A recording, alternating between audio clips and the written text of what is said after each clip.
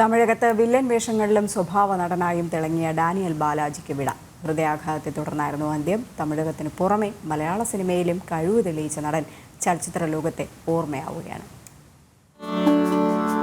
കമൽഹാസന്റെ പുറത്തിറങ്ങാത്ത ചിത്രമായ മരുതനായകത്തിൽ യൂണിറ്റ് പ്രൊഡക്ഷൻ മാനേജറായാണ് ഡാനിയൽ ബാലാജി സിനിമാ രംഗത്തേക്ക് എത്തുന്നത്. ടെലിവിഷൻ സീരിയലായ ചിത്തിയിലൂടെയാണ് അഭിനയത്തിലെ അരങ്ങേറ്റം. പിന്നീട് മലയാളം, തെലുങ്ക്, കന്നഡ ചലച്ചിത്രങ്ങളിൽ നിന്നും അവസരങ്ങളെത്തി. വേട്ടയാട് വിളയാട്, വടൈ ചെന്നൈ, മായവൻ തുടങ്ങിയ ചിത്രങ്ങളിൽ ശ്രദ്ധേയമായ വേഷങ്ങളിലും ഡാനിയലെത്തി.